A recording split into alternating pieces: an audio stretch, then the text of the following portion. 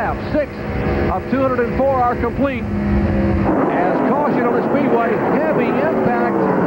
Car number 80 and one car tumbling end over end out of turn 4 as contact continues. That's John Gill, the 80 car, I guess. And the 24 looks to be one car, Mickey Hudspeth, out of Ronda, North Carolina. Mike Swaim Jr. in car number 90 is involved with this, along with Kevin Ray and also Billy Thomas, but they took the least amount of the impact in that major tumble. And heavy impact, the heaviest damage, John Gill out of Mitchell, Indiana, the Stanhover Racing Ford, as now the cars weave their way through a violent impact. There's Neil Whittemore in 56. The 8 that you see is car number 80. That is John Gill. There's 48. That's Roger Blackstock that started that car. Let's take a look. There we see Hudspeth. That's the second car in line. That's the 24 car.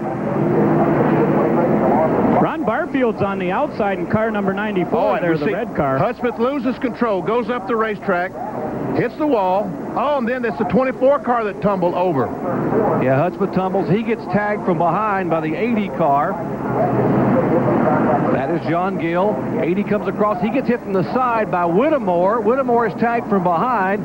And here is Billy Thomas, a 22 car involved. And then cars began to slip and slide and beat and bang on both the inside and outside concrete walls. Different angle this time. There we see Hudspeth. Now, about right here is when Gill goes in and boom, hits him and really starts him tumbling down the racetrack. As a matter of fact, the car landed on top of John Gill's car. Watch Whittemore hit Gill now in the side, and then Whittemore gets hit directly from behind. There's Billy Thomas jamming on the brakes. He tags one of the cars, spins around. And Benny, the way that Mickey's car went into the wall, it didn't give it a chance to use the roof flaps. Listen to this.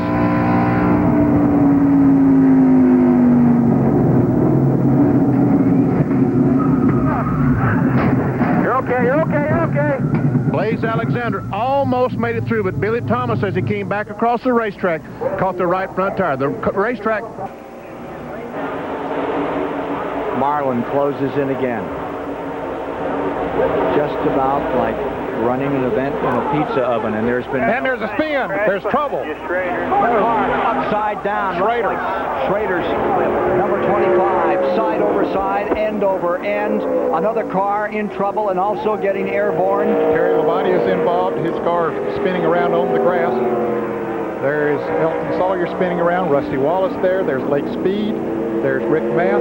Bobby Labonte is up against the wall. Take a look and see what happened in a moment. They're racing back to the line as they come to the stripe, getting through it. Earnhardt is okay. Marlin for second. 30 comes across next. Michael Waltrip. Jeff Gordon getting through it. He's okay. He was right at Jeff Gordon was right there where it started to happen. I don't know if he was involved in the happening of it, but he did get on through. There you see Bobby Labonte's car up against the wall. Clean stop, guys. Bobby Labonte's number 18 pressed up against the wall. Morgan Shepherd, Kyle Petty, he was able to get through. There's the 75 car, badly ripped up. Oh, that's a bad break for Joe Gibbs' team. Well, it's good to see Bobby Labonte climb out of his car. There you see Lake Speed's car and the nose on that one, Savage. That one really I got some more rags if you need them. But the big story was Schrader. You could see it airborne. Here's Ricky Craven's 41. That's all torn up in the back. And here is Todd Bodine. Front and rear of that car torn up. We'll get back and show you some replays in a moment. This happened on lap 138. Bobby pointing at somebody that he didn't seem to be too happy with. And I thought it was Gordon. I did too. It's Gordon. That's who he was pointing at. But the deal is it's just been such a clean race and stuff, and then just one little mistake just wipes out 5 or 6 cars.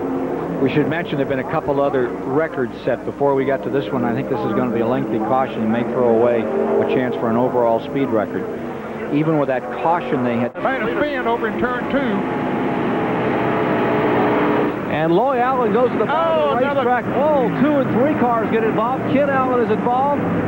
Horton goes very high. Still crashing. Oh, my goodness, that's heavy contact, heavy impact out of turn 2.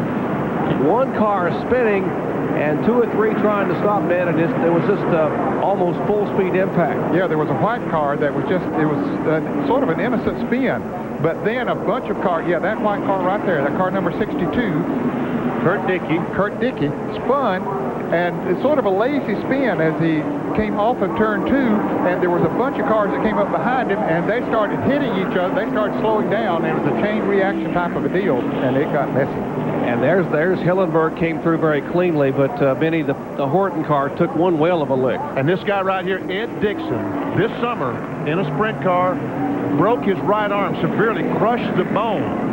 He asked the doctor, they made him a cast to come down and drive here, and the doctor said, okay, you can go drive, but you better not hit the wall. And folks, he has destroyed that car.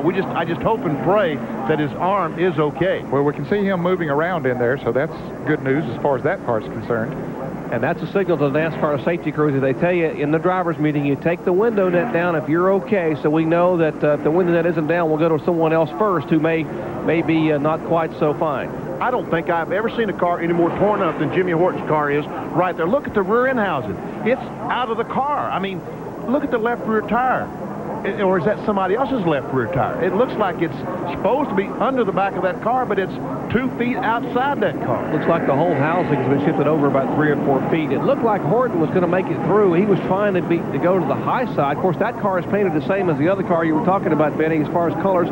Let's look again, see if we can see exactly what might have happened. There we see the one car. The one car, Loy Allen, goes down and spins because Scott Neal came down. Now, Allen goes back up, and there we see, oh, the car flipped over. The 52 car turned, now he's back on his tire. Oh, and in the air he gets hit. Wow. He is off the ground and gets hit from beneath. Man, oh, man. And remember, Jimmy Horton's a driver that went out in Talladega a year or so ago. Look again. And you can see him sliding along on the top, and then it's going to try to right itself, and here will come another car. There it rights itself, and another car comes along, as Jerry said, hits him underneath the car. That was Ed Dixon, the 12 car that came along and ran under the 52 car of Horton. Well, you just got to be thankful that Horton's car had turned back over before the car number 12 came along. Once again, we'll watch. There we see him on his roof, and here comes Dixon. This camera angle just staying on the 62 car. Man, oh man.